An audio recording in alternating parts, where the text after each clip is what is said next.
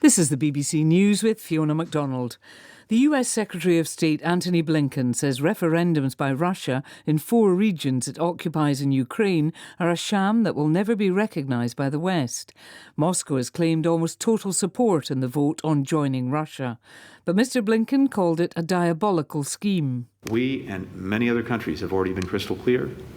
We will not, indeed we will never, recognise the annexation of Ukrainian territory by Russia. We are prepared and we will impose additional severe and swift costs on Russia for proceeding with the annexations. In an address to the UN Security Council, Ukraine's President Volodymyr Zelensky urged the world to reject what he called another attempt by Russia to annex his country's territory. The US has already warned of further sanctions.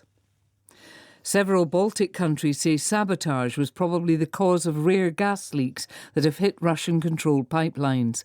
Gas flows in the Nord Stream 1 pipeline were stopped in August and the Nord Stream 2 pipeline never became operational. Danny Eberhard reports.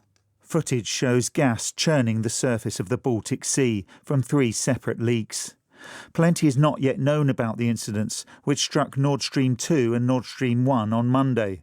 But evidence of potential sabotage is stacking up.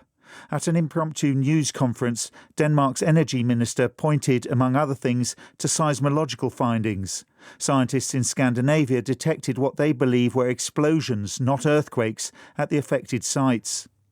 Members of a far-right US militia, the Oath Keepers, are going on trial for sedition in the most high-profile case to stem from the assault on the US Capitol building last year. Jury selection has begun ahead of opening statements in the trial in Washington in the coming days.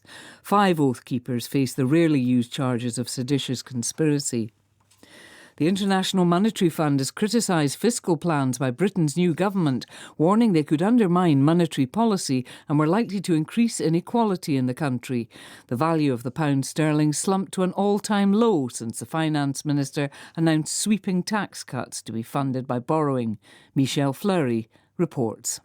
One of the roles of the International Monetary Fund is to act as an early economic warning system, and it has just sounded the alarm over the UK's new tax and spending plans. In a statement, the fund warned, given elevated inflation pressures in many countries, including the UK, we do not recommend large and untargeted fiscal packages. Even more pointedly, it suggested that the November 23rd budget presented an opportunity for the government to re-evaluate tax measures, especially those that benefit high-income earners. You're listening to the World News from the BBC. A leading rights group campaigning against torture says law enforcement agents and militias in Libya killed at least 581 civilians between the start of 2020 and March this year. The World Organisation Against Torture says the number of those killed includes people executed in detention facilities or tortured to death. The report is the first to focus on extrajudicial killings in Libya and is based on a 2-year investigation. The Saudi Arabian Crown Prince Mohammed bin Salman has been made Prime Minister in a cabinet reshuffle. The post is traditionally held by the King. Mohammed bin Salman has, in effect, been running the country for several years, bringing in social and cultural changes, but also overseeing widespread repression of dissident voices. The US Coast Guard has seized heroin worth an estimated $85 million from a fishing vessel in the Gulf of Oman. The combined maritime forces say nearly 2.5 tons of the drug was found.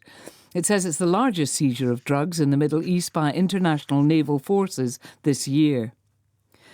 The singer Shakira has been ordered to stand trial in Spain, accused of failing to pay over $14 million in income taxes.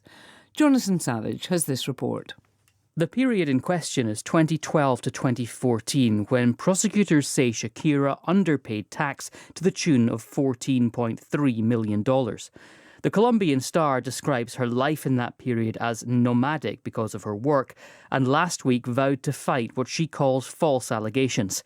In July, she turned down a deal to settle the case and has insisted that she's already paid what the Spanish tax office said she owed before it filed a lawsuit. Court documents released on Tuesday confirmed the plan to force the 45-year-old to stand trial, with prosecutors seeking an 8-year prison term. BBC News.